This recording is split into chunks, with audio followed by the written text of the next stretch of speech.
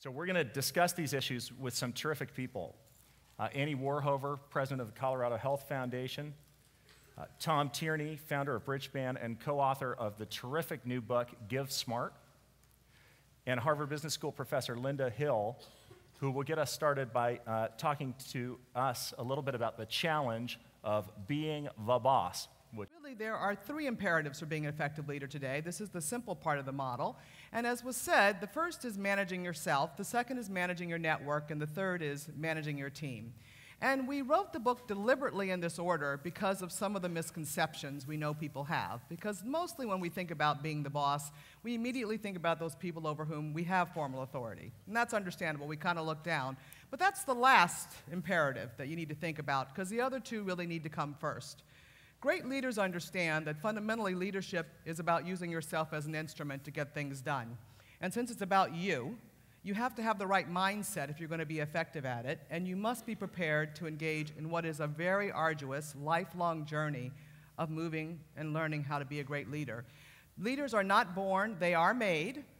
They cannot be taught how to lead, they must teach themselves, because leadership, again, is about you and using yourself, so it's a process of self-discovery.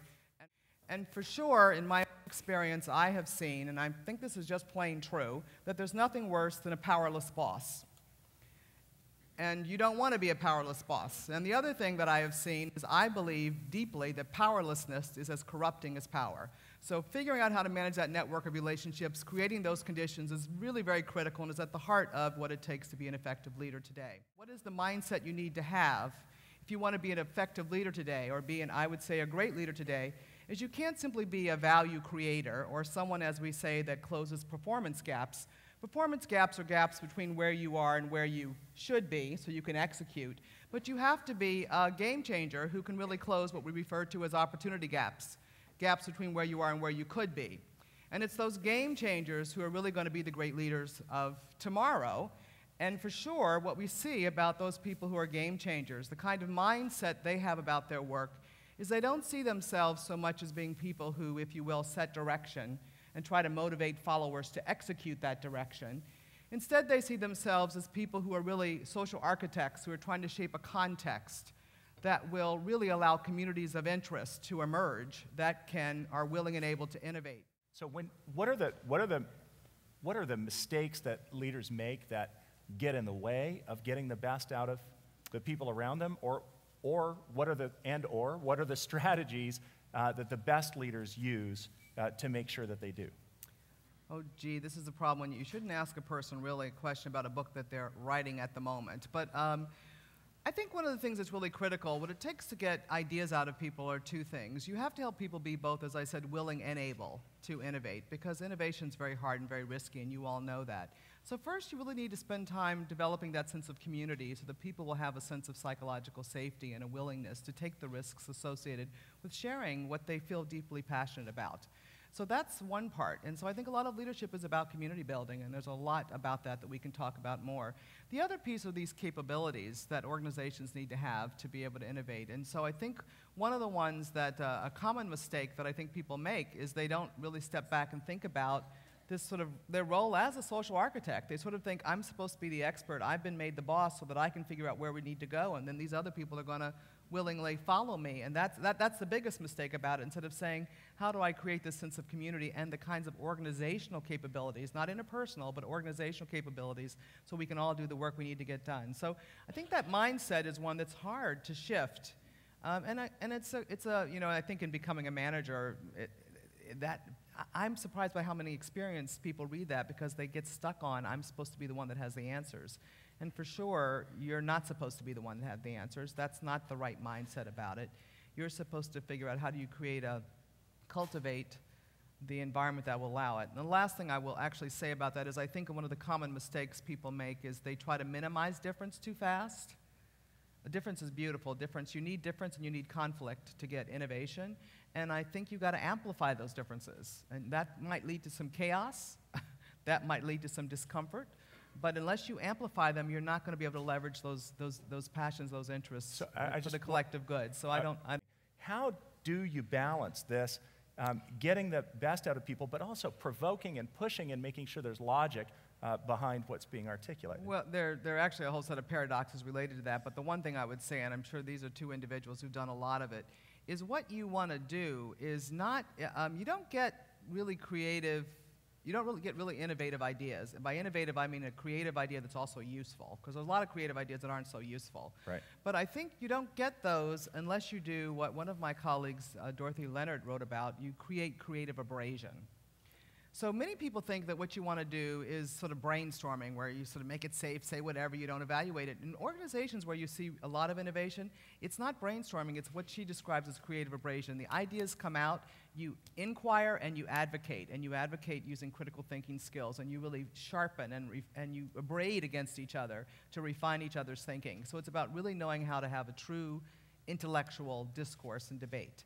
So I think that that piece of the puzzle, you as the quote leader, the formal leader, what you want to do is be provocative sometimes. Can you tell us a little bit about those traps, and are they particular to the world of philanthropy? I think we have a lot of issues on the table Yeah. here, so let's see. Yes is the answer to that. Yeah, good. And Well, we again, got that one covered. I'm following her, not leading, just to be clear. The biggest aha, and I go back to what Jeff Rake said earlier this morning, in moving from business to the social sector, because I think there are a lot of similarities, and I think there are a lot of similarities in management, you know, good and bad, effective and ineffective management. But the biggest aha for me was the fact that excellence is self-imposed. Excellence is self-imposed. So when you're in the world of philanthropy, I've likened it to a cross between the Galapagos Islands, where there are no predators, and Lake Wobegon, where everybody's above average. So no one's going to bother you, and you always get an A in everything. And this absence of market feedback is a huge liability. The reality is, a lot of business is trial and error. You know, look at great companies. Google's trying, mistakes, trial. I mean, it's trial and error. It's not about strategy. Strategy is getting things partly right and then letting the market telling you what's working and what isn't working. In philanthropy, it's not even called a strategy. It's called a theory of change. Well, that's interesting. It's a theory. So how could you have a theory that then you go launch for 5 or 10 years? There's our theory. What Einstein have said, here's the experiment for the next decade. I'm not going to look at the results for a decade. Give me a break. So you have to decide, okay, the market's not going to give me the feedback. I got to figure it out. Excellence is self-imposed. That's hard. This is kind of like exercising every day. You know, it's a great concept, but... Do you agree with Tom about the difference, and what are you, if you do, what are you trying to do about it so that you don't end up like the people you just described? I totally agree, and we all use a different description for this. I call it no boundaries. We live in a world of no boundaries. In the first month or so of my job, one of my foundation colleagues told me, there are no crises. There are no time limits. You know, you're doing things in your own time. At the same time, I didn't have any financial constraints. We were growing so fast that I could spend as much money as I wanted and growth would take care of it on whatever I needed to do to get done. I had no comparative data. I didn't have that unit of exchange of profitability that business has and that I was accustomed to. I had no way of knowing how well are we doing, how well are these strategies working, what should we be spending on staff, how much time should I be spending here or there. So I call it really the world of no boundaries. And what I think our obligation is to bring that sense of urgency as leaders to the world of philanthropy. Because without that, we have too much of an obligation to the people that we serve, to the people that we fund, to not have a strong sense of urgency, but it is totally self-imposed. Risa said it earlier, there are no external forces. You know, what is the external force making me drive our staff, making me look for excellence, making me on a continuous improvement, other than me? Am I getting better? And we decided, Joel and I, in the course of this research, that was the most important question. Because to answer the question, am I getting better, you have to ask yourself, what am I trying to do in the first place? How am I doing against it? And what am I doing in response to that understanding, that information, to quote Jeff Rakes earlier today? here's a question. You guys just think about this in your mind. In order to get results, and you had 100 points to allocate, how many would you allocate on execution versus on strategy? Now, so Bain & Company, I was there 20 years. It's a strategy consulting firm. If you asked if this were a Bain partner meeting, guess how they'd answer that. In my opinion, having been in line positions for a while, it might be 10% strategy. Yeah. And right. In some cases, it might be greater in certain industries at a certain point in time. But mostly, it's not the playbook. It's the players that go out and play the game. Mm-hmm. That's where the points are scored, not the playbook, right? If you believe that. So this issue ends up being about execution, mm-hmm. of which feedback loops are a part. Having the right people in the right jobs at the right time are a part. Having performance metrics of your people, as well as how you're doing out. A bunch of things are a part. I just expand my definition of diversity, and I think you did say it, cognitive styles. I'm a big believer in kind of this multidisciplinary thinking, and that bringing an engineer together with an artist, together with a communications expert to solve a problem is probably going to result in a really terrific solution. And so we really try to hire people that bring those different styles of thinking together.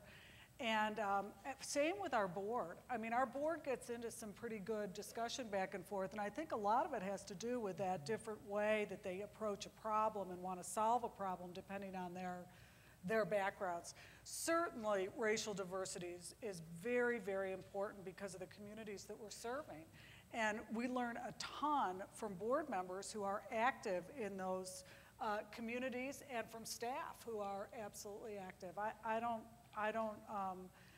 think we would nearly have the knowledge, and we can always use more. I mean, we're certainly not there 100% if we didn't believe.